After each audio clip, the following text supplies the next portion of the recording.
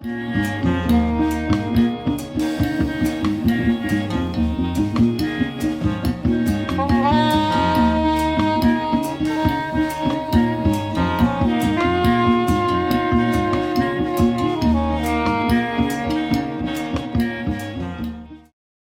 again, vinyl community. New year, new me, sitting in a new position in my living room where all the record magic happens. Yeah, first of the year, and I wanted to hop right to it and sort of set intentions for 2023. I want to do things a little differently. Today, Vinyl Tag's coming down. I'll be participating in that in some respect. I'm not totally sure how that's going to look, but I'll take part.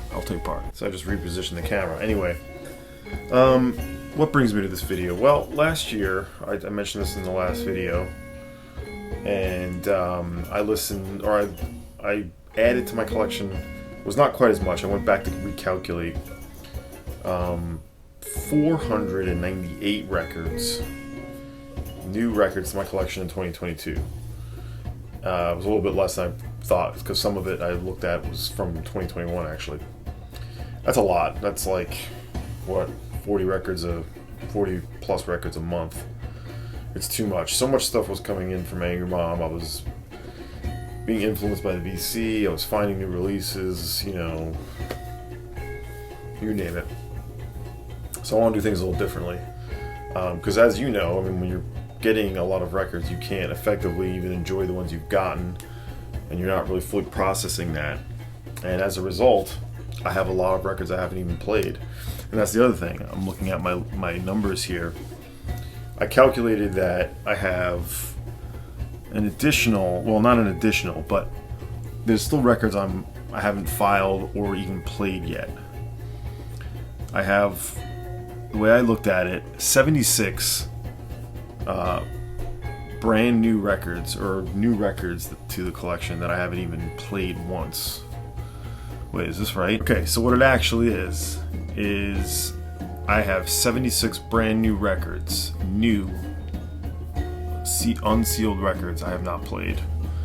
I have 73 used records, or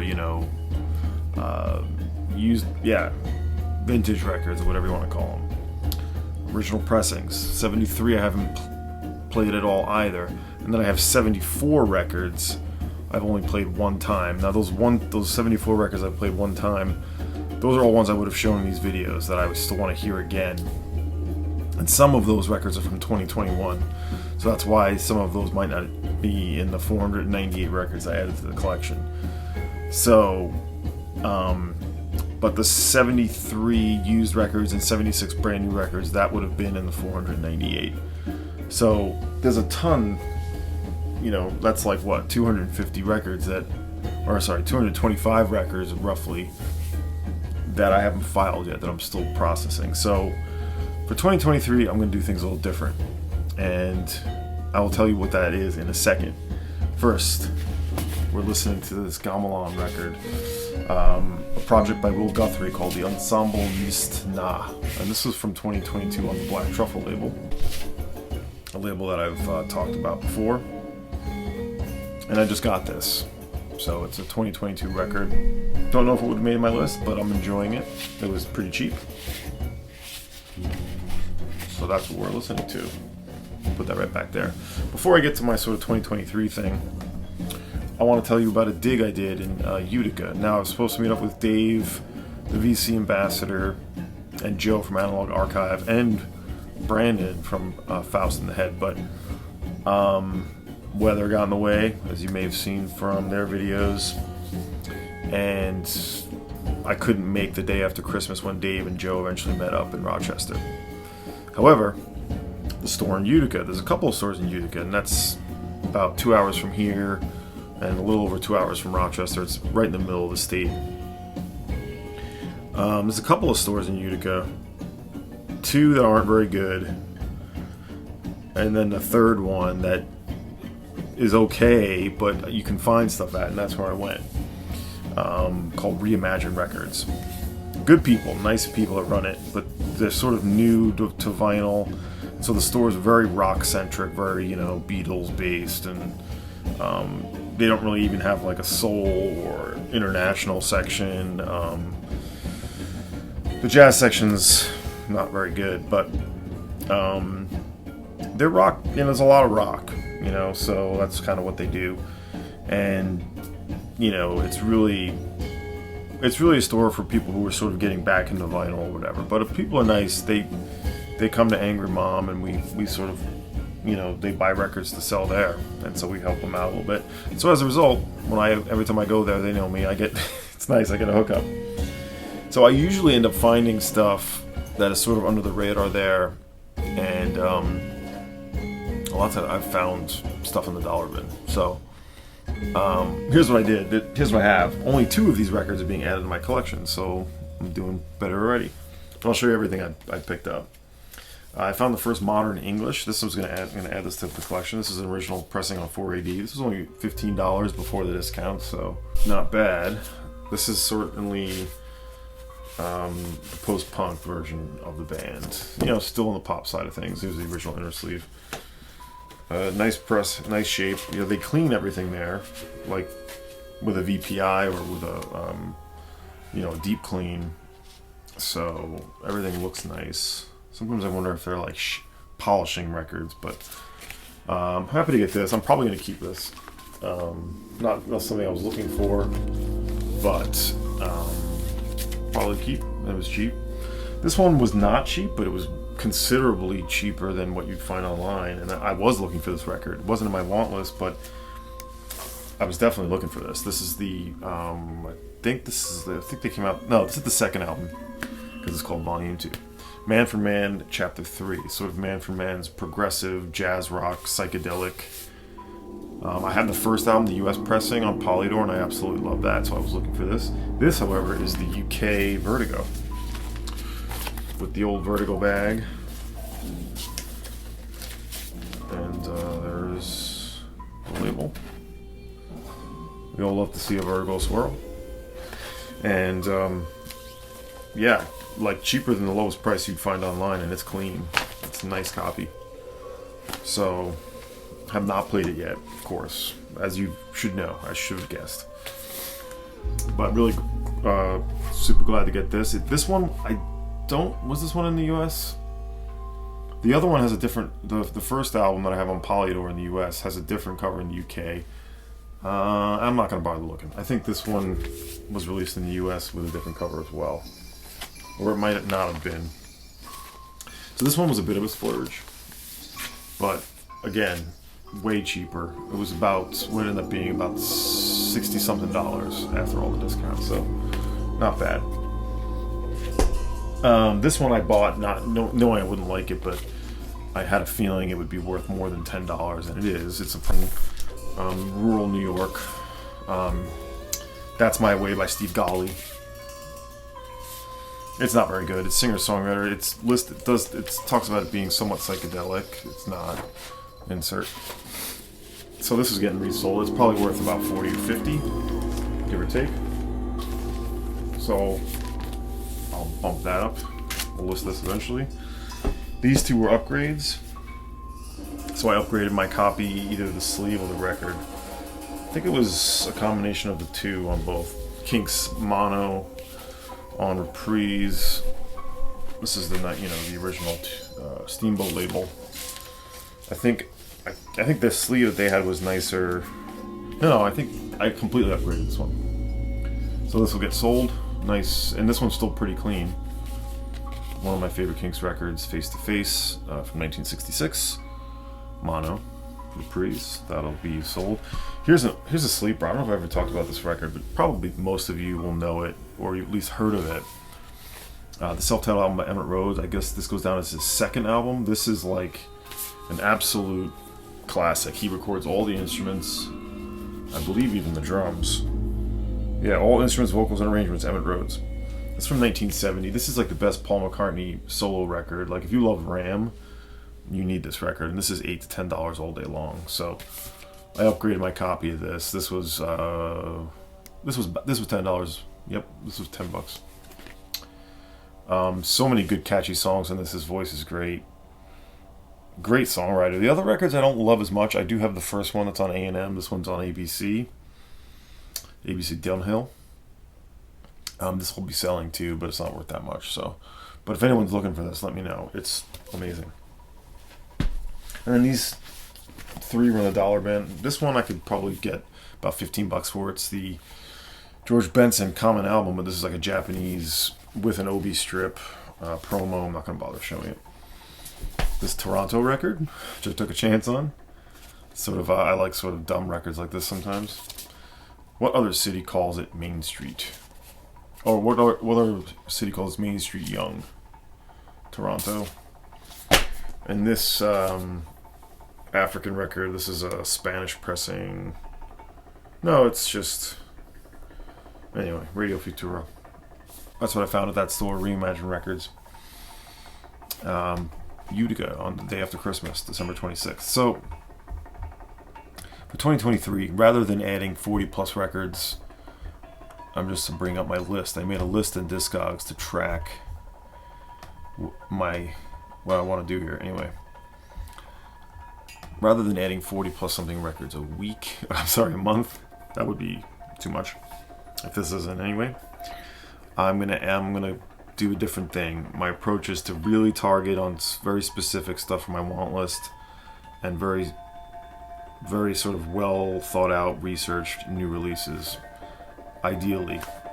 And I want to do is add 6 new records a month for a total of 72 records at the end of the year. And I'm thinking about 3,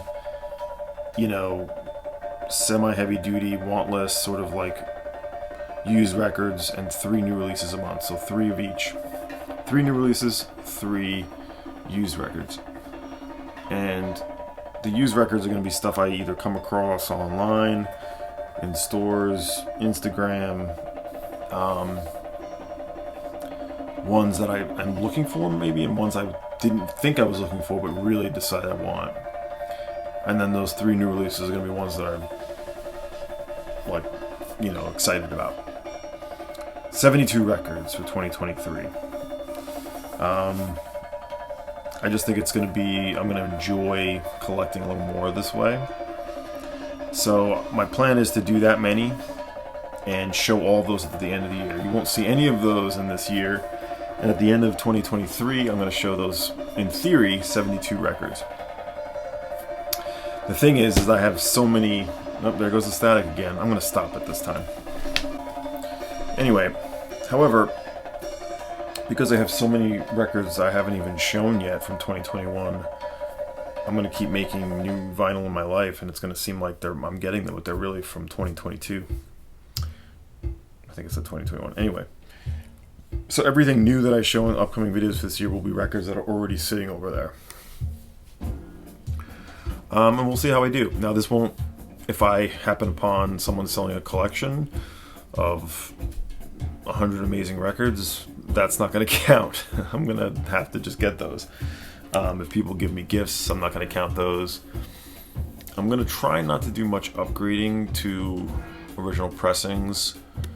No, those will count. If I want to, that'll be one of my allocated amounts. So 72 new records for 2023, 6 a month, 3 new releases, 3 used. We'll see if I can stick to it, and at the end of the year, we'll find out if I do. I'm not expecting me to stick to it, but I am going to try to be close to it. I'm going to try and set this intention and go with it. So what I've done for 2023, I've put together a list from my want list, with the list function in Discogs, of 23 records that represent the kind of stuff I'm looking for right from my want list. Now, these aren't like the only records I'm going to be looking for, but this is a good representation of feasible records that I could grab. And if I get all 23 of these, then I'm doing pretty good. But I'm not expecting that. I'm expecting to get some of these and then other things that just sort of pique my interest. So I'm going to go through them and I'm going to insert images so you can see what they are. Maybe some of you can help me. Let's go through it. Let's get into it.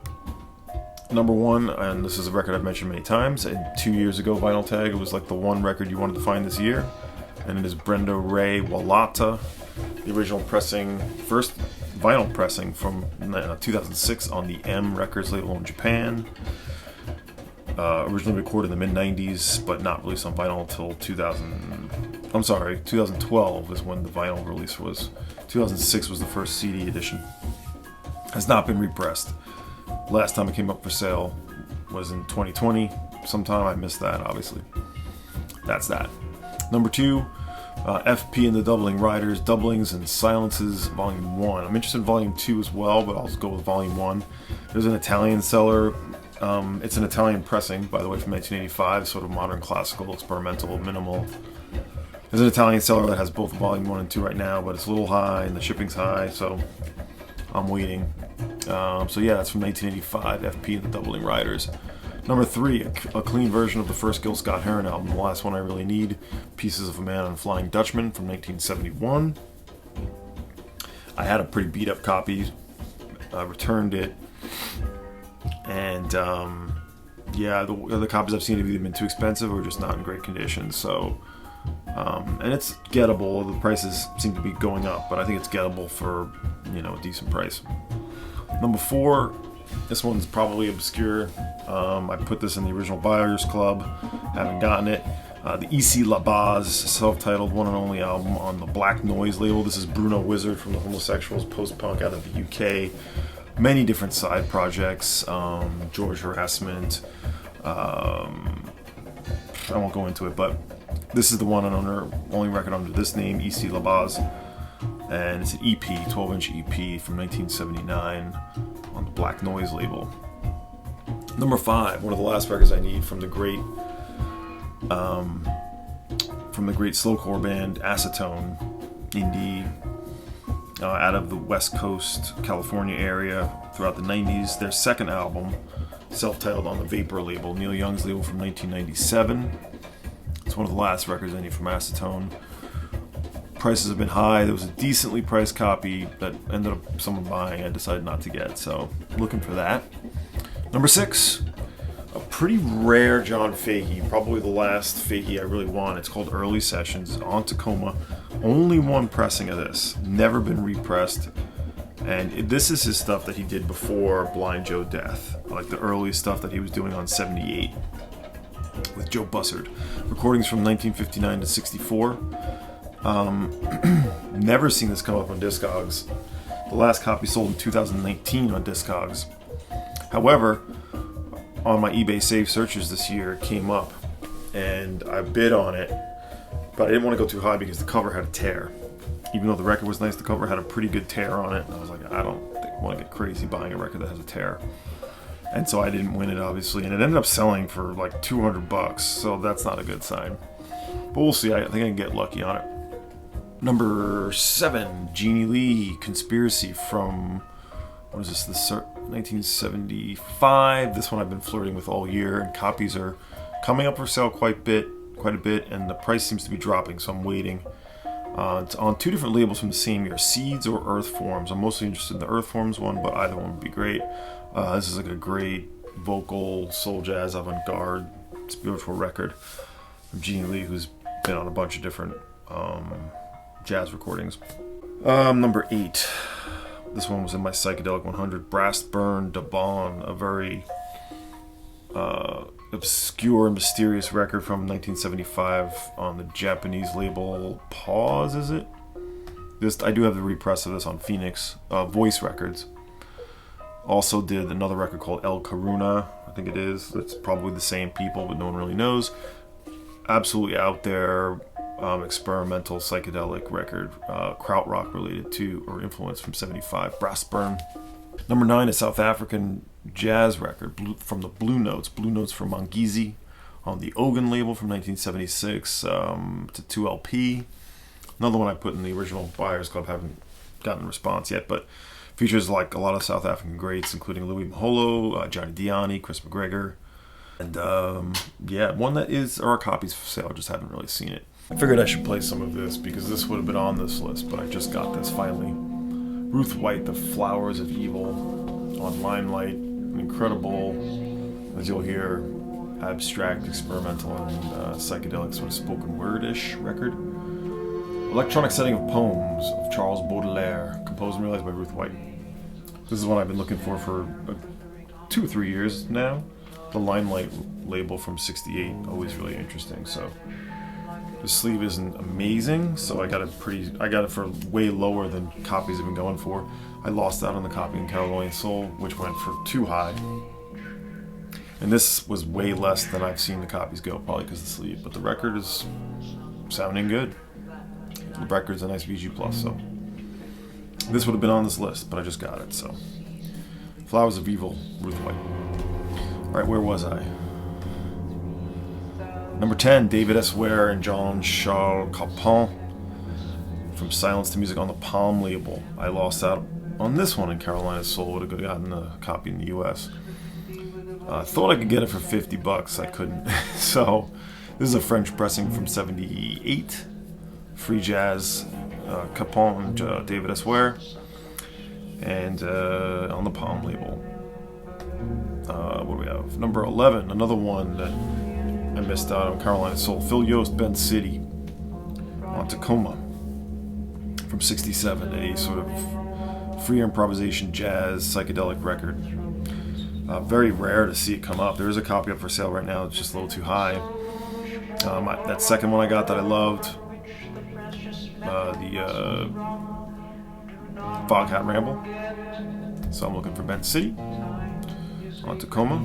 Number 12, The Story of Moondog. Probably one of the rarest prestige records from 1957. The Great Moondog. You all know Moondog. This has got the Andy Warhol cover, so that's probably part of the reason it's expensive. There are reissues of this, but I'm collecting Moondog, so. Number 13, the last original pressing from on the Up label by Modest Mouse. We just lost Jeremiah Green. I'll talk more about Jeremiah Green in another video, but an absolutely killer drummer. Seen him play live twice around the year 2000 and 2001. One of the most powerful drummers. I'll talk more about him. But Lonesome Crowded West from 1998, right? I have the reissue, 97. This is the last original Up I don't have from Modest Mouse, so I want to grab that. 14, more Carolina Soul misses. Alan Brofman, The Valley of Search. Pretty interesting free jazz avant-garde record from '75 on Indian Navigation. There are reissues of this, which I don't have. I've been hoping to pick this thing up. I won't go too far into the personnel, but Cecil McBee's on there, and just a really cool out there jazz record. Number 15, would love to get The Low of Music by Roberto Mushi. I have the 3LP version of that, and it's one of my favorite records, hands down. But I'll put the one with Giovanni Venosta, Water Messages on the Desert Sand, what's sort of the second album from '87 on the Recommended label, UK. Almost bought a copy of this, but I had to get it from Europe, and I've been trying not to do that too much. There's copies out there, so that I could see this one coming home with me. At number 16, one of the last big psych grails for me, the Morning Dew album on Roulette from 1970, but recorded a few years earlier. One of the really top shelf psych records from the era. 1970. A copy came in on a surprising collection of Angramon one day, and unfortunately George didn't have it, so he took that home. Harvester, Himat, Swedish experimental avant-garde and psychedelic international harvester. I talked about him in the Psychedelic 100. Bo Anders Persson. This is from the Decibel label, 1969. Not too expensive. Probably will have to get it from Sweden. Hopefully we'll see that. A bunch of Flying Nun. I'm always looking for Flying Nun. There's probably more than these records, but these are the ones I'm going to focus on. The Gordons Volume 2, the one they released, self-released themselves. This one's almost tougher to get than the first one, which I have. From 1984, sort of a Sonic Youth for New Zealand. This one's pretty expensive, so I don't know about this one. Here's one that's really rare. Never been reissued at all. Most of the Flying Nun stuff has been reissued in one form or another, whether it was on the later labels that are the pink and yellow and pink labels. This one never has been. This Sporting Life, Show Me to the Bell Rope. Really an LP. Most of the early Flying Nun stuff were EPs. This one's an LP, and it's their only release. Sort of a post-punk, garagey. But I do have a 12-inch as well. 12-inch EP. From 83, which actually is in my want list too. That one does come up, but this other one, the LP, the one I want, Show Me to the Bell Rope, pretty rare. What else? Oh yeah, Chris Knox, the great Chris Knox, Songs for Cleaning Guppies. The very first copy with the handmade art sleeve from 1983. Never seen this come up for sale. I don't think I'll see this one, but I'll put it on there. 1983, Chris Knox, Songs for Cleaning Guppies on Flying Nun. Number 21, Look Bluegill Purple, their first EP, Bewitched. This is from, 85? Yep. This one's just really good, catchy, female fronted. The whole band, I believe, is women. From 85, the song Safety and Crosswords is incredible. Love it. Looking for this one. Nice sleeve on it. Number 22, Sun Ra Orchestra. Although it should really just be, I thought it was more just Sun Ra and the quartet. But anyway, I'm trying to collect all the Horo records. I only have one. So I'm looking for Unity from, 77? These aren't too tough to get. They're out there. Or 78. Prices tends to fluctuate. The Caroline Soul one I missed, so I'm trying to get this one for around 100. I don't know if it'll happen. I can. I got the last one on for under that. So, and number 23, a Folkway's record, Craig Kupka, Clouds, New Music for Relaxation. This one you rarely see come up. I've never seen it come up. Last copy sold in June of 2022. From 1981, it's sort of a new age electronic. Spacey cosmic release, and I'd be interested in the other Kupka records. I don't have any of them. Crystals. I first started this when Stunty did his Folkways video, and that was the one I keyed in on the most. And that's the one I'd be interested in the most. But either of these Kupkas would be great. So those are my 23 records for 2023. Just a sort of target list of what I'd be hopeful to get, and in this new idealistic approach of 72 records for the entire year, 3 new, 3 used each month. We'll see how I do. I will probably fail, but as long as I get close and I'm appreciating and digesting records at a healthy way, then I've won. Let me know what everyone thinks. And if anyone has some good leads on some of these records, let me know. So that's it. Look for a vinyl tag and for new records from 2022 that I've yet to pop the seal on. That's about it. We've been listening to this Ruth White, Flowers of Evil, which is sounding amazing to me. And that's about it. Take care. I'll see you on the next one.